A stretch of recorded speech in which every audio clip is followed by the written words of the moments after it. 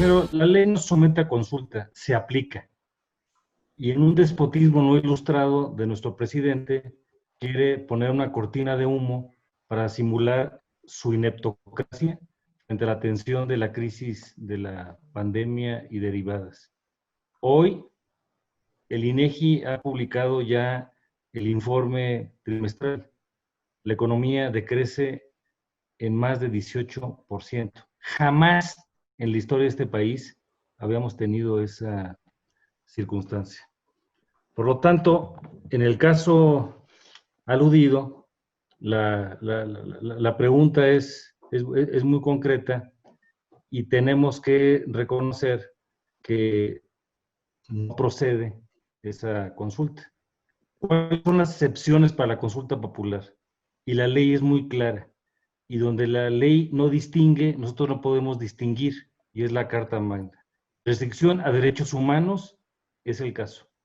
Los principios consagrados en el artículo 40 de la Constitución de una república representativa, democrática, laica y federal, la permanencia continuada de servidores públicos en cargos de elección popular, la materia electoral, el sistema financiero, ingreso, gasto, presupuesto de egresos. Por lo tanto, no hay materia. Ahora, si se empeñaran en hacer esto, porque tienen varias vías, la primera, que sería un insulto a la investidura presidencial, es que la intente el propio presidente, una autodegradación. La segunda es simular a través de un tercio de integrantes de las cámaras, que podrían tener los números, y sería evidentemente un error monumental de cualquiera de los legisladores acompañar esta circunstancia. Y la tercera es estimular al 2% de los ciudadanos, que serían como 1.600.000 personas, para poder atender esta circunstancia. Ya desde ayer, voces muy especializadas y calificadas nos han dicho que esto evidentemente no procede. El artículo 35 de la Constitución, cito, establece que no podrán ser objeto de consulta popular la restricción de los derechos humanos ni las garantías para su protección. Última reforma, que usted, Leti, es una estudiante muy avanzada de estos temas legislativos, se aprobó en 2019.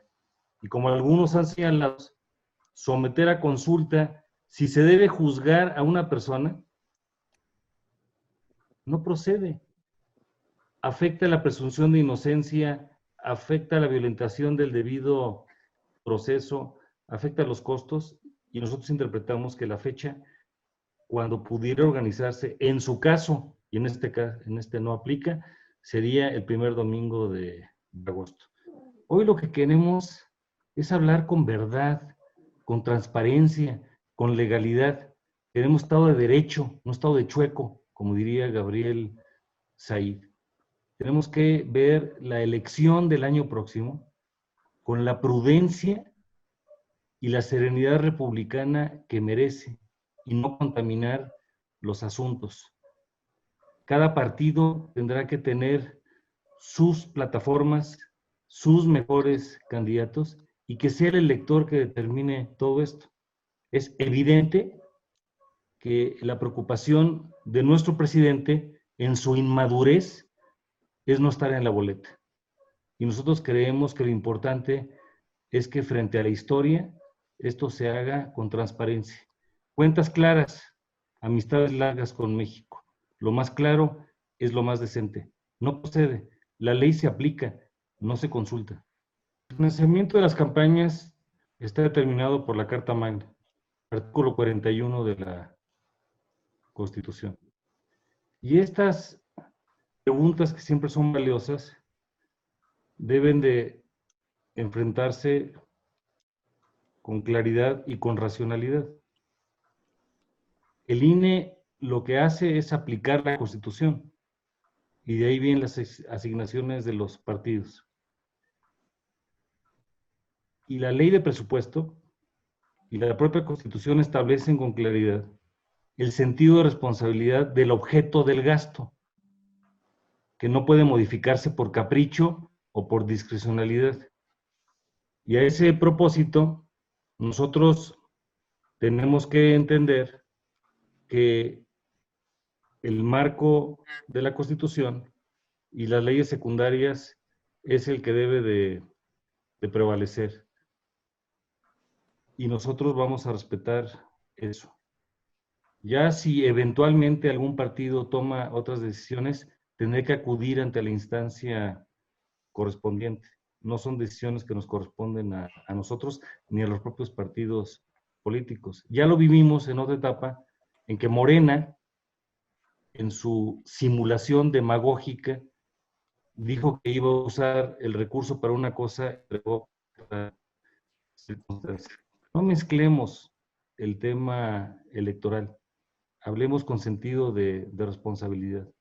Ya en su momento, por eso la Constitución y las leyes de la vida lo correspondiente. En el acuerdo fundacional de la Junta de Coordinación Política, que es del dominio público, la ley se cumple, no se consulta. Y en ese momento el pronunciamiento fue muy claro. Cito el acuerdo del 5 de septiembre. Se acordó que en estricto cumplimiento de la ley orgánica, la presidencia de la mesa directiva sea rotativa conforme a lo establecido en la ley orgánica en su artículo 17 y de acuerdo al orden decreciente de los grupos parlamentarios. Adicionalmente, que se privilegiará siempre el debate y no se va a utilizar de manera que transgreda la pluralidad democrática representada en la Cámara. Y la pluralidad democrática es la que teníamos al llegar. No es tema.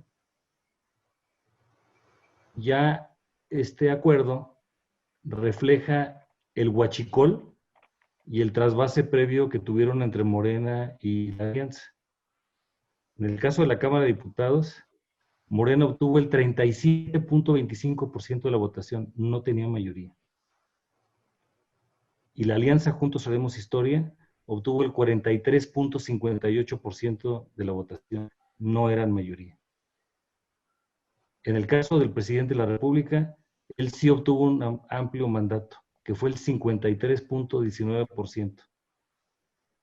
Hablemos con propiedad y esa es la numeralia de cómo llegamos a San Lázaro y más o menos una décima cómo llegaron nuestros senadores a su función legislativa del Congreso de la Unión.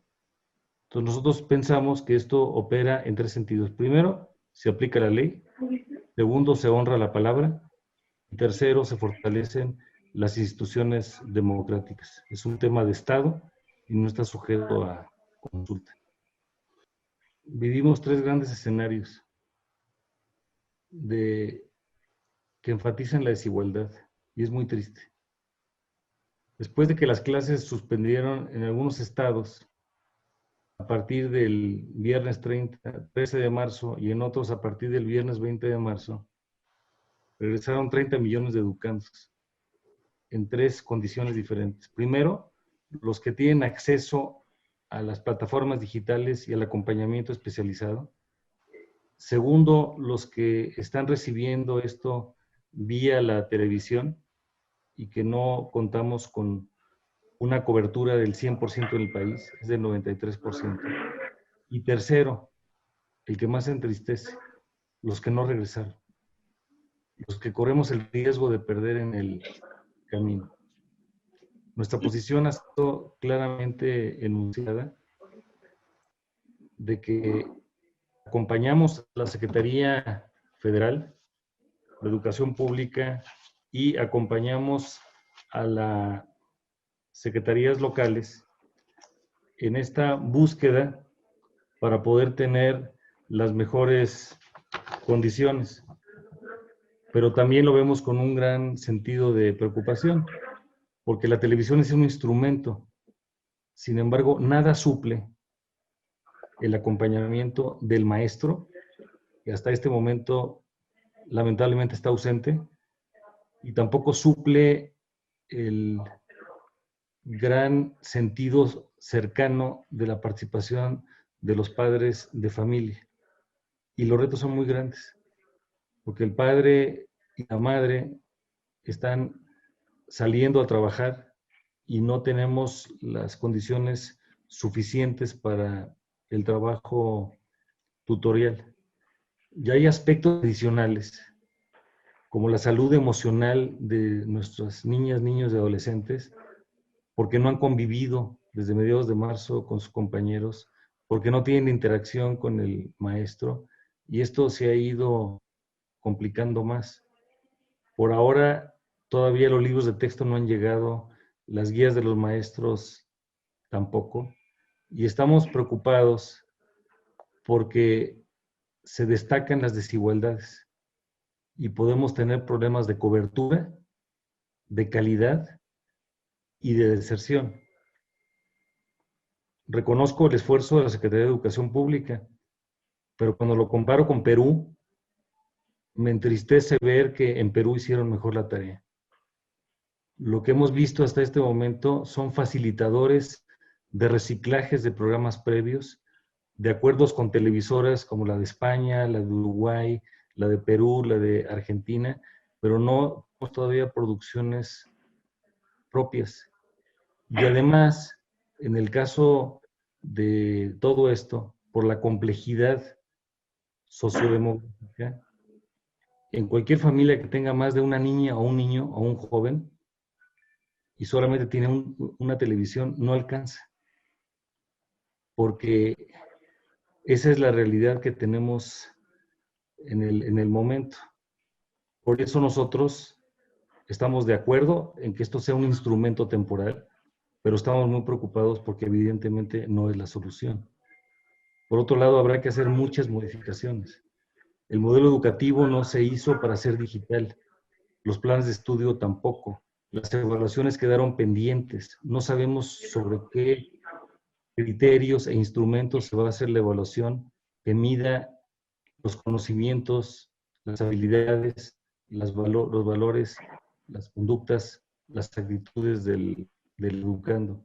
Entonces estamos ante una tragedia inédita que aunque no es culpa de la autoridad federal, sí necesitamos utilizar un mayor sentido de innovación. Innovar consiste en pensar en lo que nadie ha pensado. Y eso es lo que nos debe de inspirar en este momento. Lupita Saldaña, por ejemplo, es maestra de origen, probablemente nos pueda dar también su gran testimonio.